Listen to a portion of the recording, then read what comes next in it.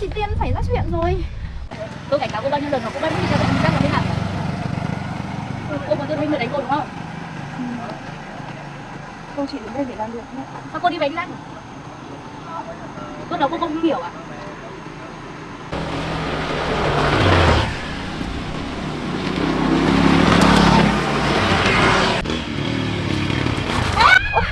Ôi chết rồi anh Đắc ơi, chị Tiên xảy ra chuyện rồi. Anh ơi em, người ta đang vào chị Tiên rồi, anh đến đây luôn đi. Kìa anh ơi, rồi xem người ta thế nào rồi. Xem nào.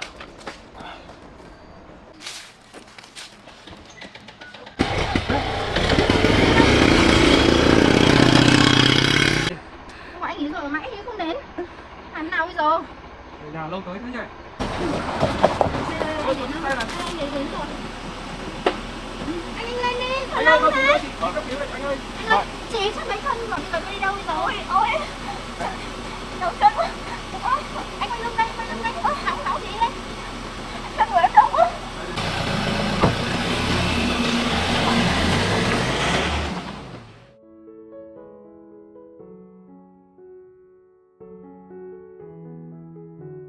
The first light of dawn pierces a thick curtain of mist, spilling a fragile golden glow over the rugged hills where Lytutien's modest farm nestles like a fragile dream against the earth. The uploaded photos reveal a tranquil courtyard, where the sharp, insistent crow of a rooster shatters the pre-dawn silence, its silhouette bold against a bamboo fence adorned with delicate wild orchids, while ducks waddle near a patch of lush greens, their soft quacks blending with the rustle of leaves. Tien awakens in her simple thatched hut, the faint scent of straw and earth filling her senses as she stretches, her joints creaking from the night's rest. She steps outside, the cool morning air brushing her cheeks, and settles on a weathered wooden bench, gazing at the waking farm. Turning to the camera, her smile is warm yet tinged with exhaustion. Good morning, everyone. Wishing you a day filled with peace and strength. The images capture her kneeling beside a gaunt mother dog, its ribs starkly visible beneath its matted fur as it nurses a lively litter of pups, her hand gently stroking its head.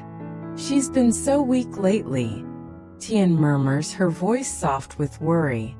I'll go to the market for some milk and maybe a bit of rice. She needs nourishment. The farm stirs to life around her. Chickens peck at the ground, kicking up small clouds of dust. A distant water buffalo lows as a farmer in a conical hat guides it through the shimmering paddies, and a stray cat stretches lazily near a bamboo trellis, its eyes glinting in the dawn. Tien rises, adjusting her hat, the photos showing her moving to the garden where she tends rows of vibrant kohlrabi, her hands deftly unearthing bulbs that glow like ivory against the dark soil. These will keep us going, she whispers to herself, a quiet resolve in her tone, though her mind drifts to the city where her work with Jack's company ties her to a different world. The images shift to an office within a thatched hut, where Jack, her boss, sits at a cluttered desk, signing off on 10 apartment handover files. His voice carries a steady authority. Kyo, prepare 10 flower baskets for the new homeowners. Let's make their day special. Kyo nods, scribbling notes as Jack adds, fantastic work, team. Over 20 projects this month. Bonuses are coming, but safety is our foundation. He glances at framed photos of construction sites on the wall, then instructs, arrange an urgent meeting with our partners for the new branch contract. Kyo pauses, her tone laced with concern. Sir, Hung's been unreliable. Files are stacking up. She's absent from the office in sites, and her phone's off. Jack's brow furrows, a flicker of unease crossing his face. That's not her usual self. Could it be family troubles? I'll try calling her. The photos cut to Hung, slouched on a faded couch in a dimly lit room, her voice sharp with frustration as she vents to her boyfriend. "Work's suffocating me and I'm out of money." He leans back, smirking. "You're not broke. Why chase Jack with his mansion and car when I've got cash to burn?" He shifts closer, his tone persuasive. "Quit that job. Move in with me, my crew's expanding and I can take care of you." Hung twists a silver ring on her finger, her gaze distant and conflicted. "I'll think it over," she says softly, her mind wrestling with the choice. Back at the office, Jack dials Hung, but the line remains silent. "No answer," he mutters, rubbing his chin. Could her past heartbreak be haunting her again? The tension escalates as Jack tries once more, his voice firm. "Hung, those contracts need your attention. Get back to work." In her room, Hung groans. "Jack's on my case non-stop." Her boyfriend narrows his eyes, suspicion flaring. "This reeks of Tien's meddling." Hung nods, her voice hardening. "She's sabotaging me. I'm sure of it." Nearby, Zhang, seated at a nearby table, overhears their sinister plot and discreetly follows them, her heart pounding. Hung's boyfriend dials high, his tone sharp. "Why hasn't Tien been dealt with?" Hung cuts in, her anger boiling over. "Hi, break her leg. Let my guy do it. I'll pay handsomely." He grins. "Send me her location. We'll watch it happen." The photos capture Hung's cold, calculating smirk as Zhang, hidden in the shadows, snaps a photo with her phone. Meanwhile, Tien reaches a vibrant market, the images bursting with life. Stalls overflowing with mangoes, lychees, and spices, vendors shouting prices. She haggles for milk, tomatoes, and a small bag of rice, asking, "How much?" The vendor tallies, 50,000 VND. She nods, carefully packing her basket, her thoughts on the dogs, oblivious to the danger lurking as a figure watches from the crowd.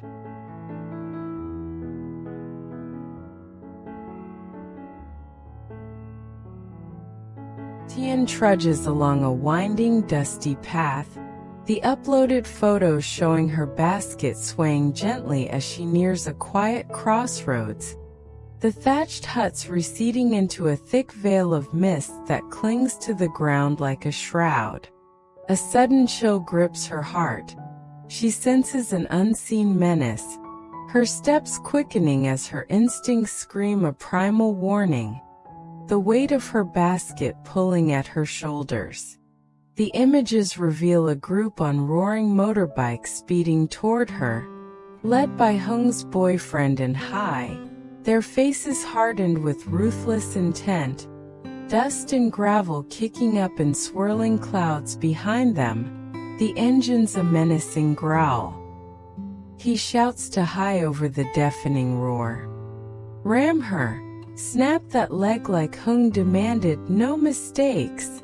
Tien's pulse thunders in her ears. She fumbles for her phone with trembling, sweat-slicked hands, her fingers slipping as she dials Jack, her breath hitching. "Jack, please, I need you, help me, they're coming," she whispers, her voice cracking with raw fear. But it goes to voicemail, the silence on the other end a cruel echo as she's left isolated in the encroaching danger. The photos capture the heart-wrenching moment a bike slams into her with bone-jarring force, sending her crashing to the ground in a tangle of limbs, blood trickling from a gash on her forehead as she blacks out, her basket shattering, milk and tomatoes spilling into the dirt, staining the earth with vivid red and white, the scene frozen in a haunting stillness. A piercing, anguished scream tears through the air as Zhang, who had been tailing the group with growing dread, witnesses the brutal assault, the photos freezing her wide-eyed horror. her hands clutching her phone so tightly her knuckles whiten. She dials Jack, her voice breaking with desperate urgency. "Jack, Tien's been hit by a bike. Come now please, she's bleeding badly." Still no answer. The line dead as her panic mounts. Zhang dashes to Tien's side, dropping to her knees in the dust, tears streaming down her face as she presses her scarf to the wound, her hands shaking uncontrollably, the fabric soaking with blood. A stranger, a rugged man with kind, weary eyes, a weathered jacket, and a satchel slung over his shoulder, emerges from the trees, his face etched with concern and a hint of recognition. "Is she alive? Let me help," he asks, pulling a water bottle, a clean cloth, and a small first aid kit from his bag.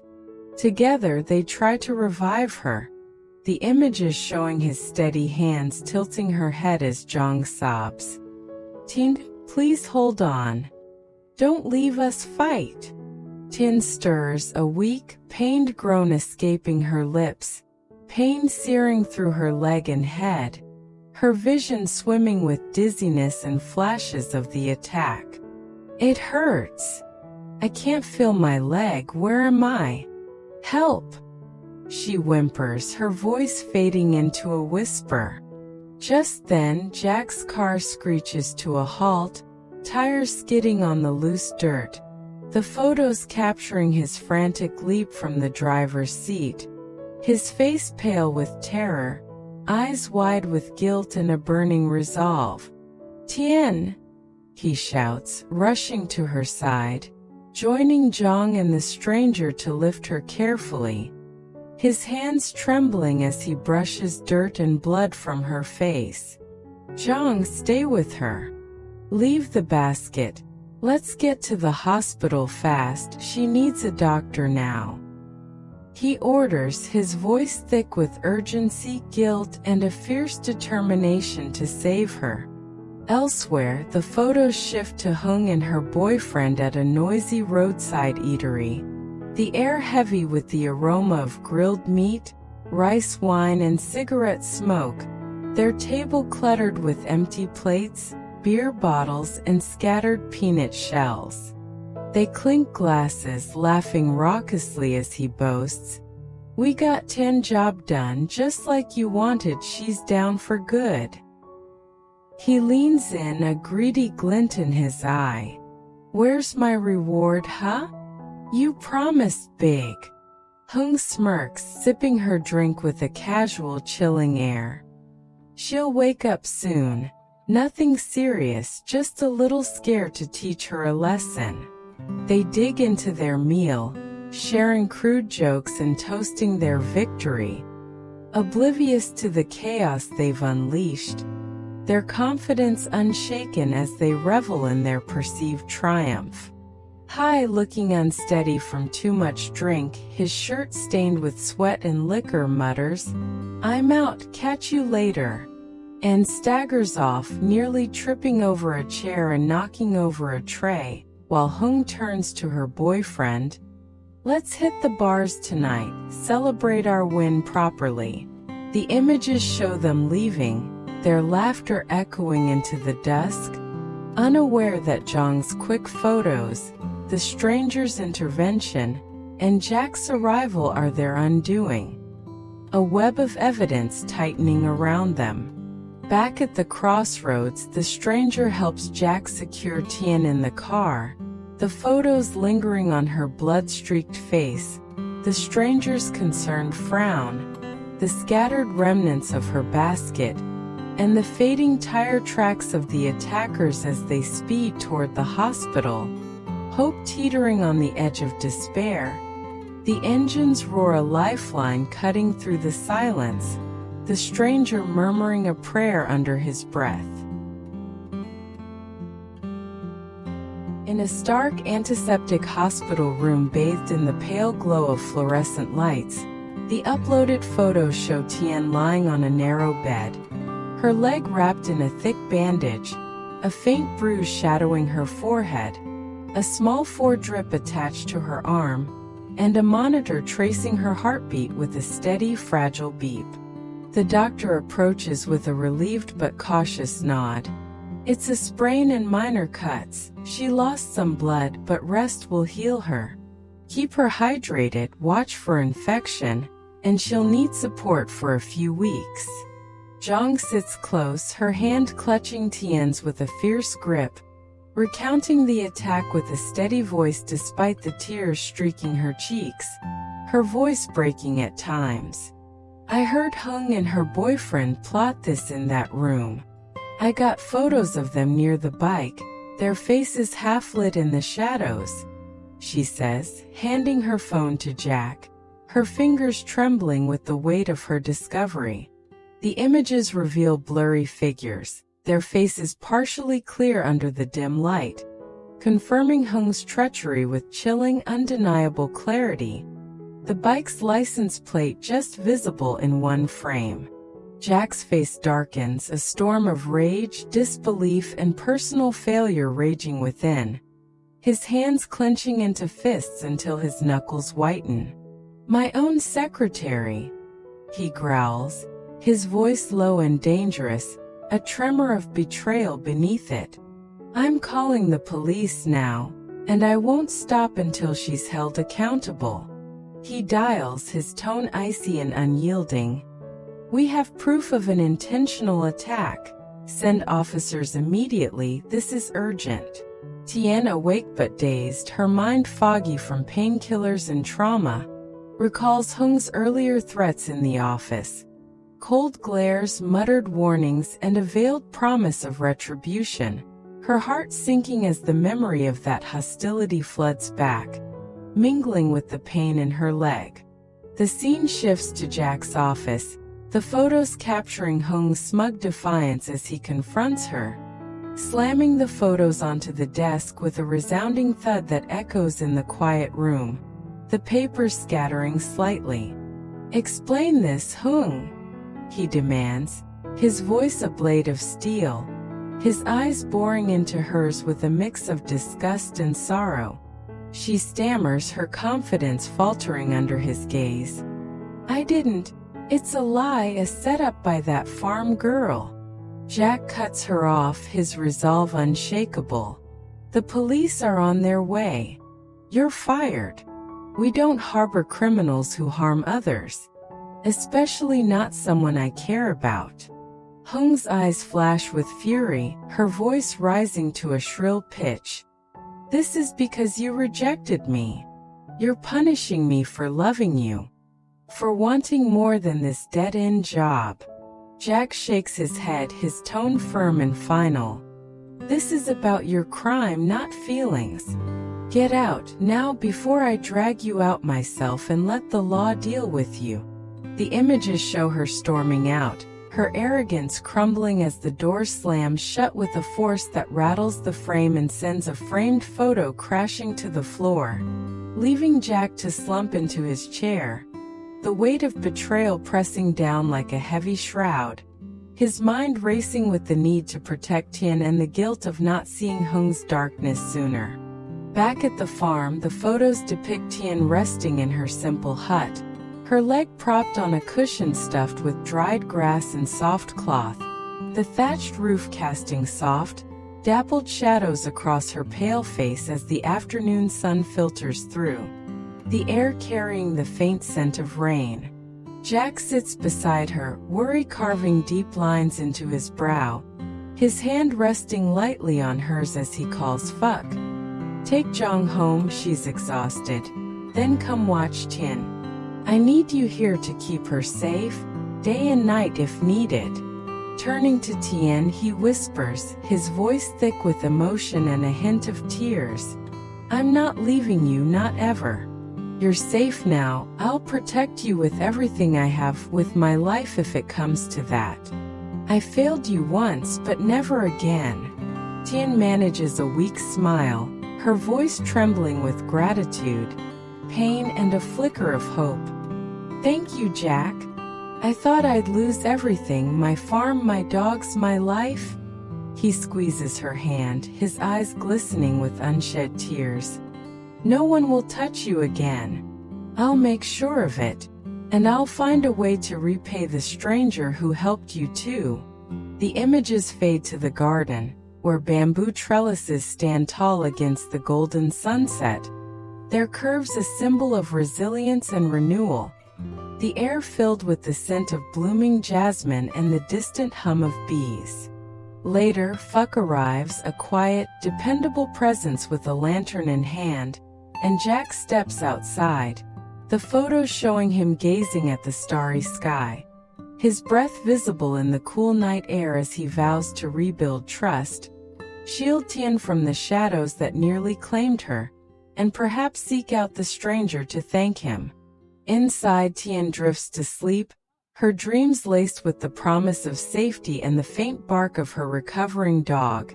The farm's gentle sounds, crickets chirping, leaves rustling, and the soft trickle of a nearby stream, a lullaby to her mending spirit, her heart slowly finding peace as the weight of the day lifts, leaving room for a fragile new beginning. When Jack hears that Tien's accident was caused by his secretary, Hung, his reaction is a tempest of shock, searing anger, and resolute determination. Initially, he's struck dumb by disbelief, the revelation from Zhang's photos and testimony shattering his trust in Hung, a woman he once considered loyal, his mind reeling with the sting of betrayal and the image of Tien's blood on the ground. His fury ignites like a wildfire, driving him to confront Hung with irrefutable evidence, his voice a mix of grief, rage, and steel as he demands accountability, his hands shaking with the need to act. Without a moment's hesitation, he fires her on the spot, refusing to shield her actions, and reports the crime to the police with unwavering resolve, ensuring justice is pursued with every resource at his disposal. Beyond retribution, his concern for Tien transforms into a profound sense of responsibility. He rushes to her side, his guilt over missing Hung's malice fueling a steadfast commitment to her recovery, staying by her through the ordeal, vowing to protect her future with every ounce of his strength, and even planning to seek out the stranger who aided her, determined to honor that act of kindness with gratitude and support. 10 years apart in age, but she had also been with her husband for about 50 years. She talked of how they met and what their life had been like. And I could tell by her stories and the warmth of her tone of voice that she, too, had a happy marriage. Then it was my turn, and all I could do was cry as I told the story of my own husband's battle with cancer and chronic pain. As unquote, I'm used to asking people what they have learned from their experiences, so it was natural for me to ask her for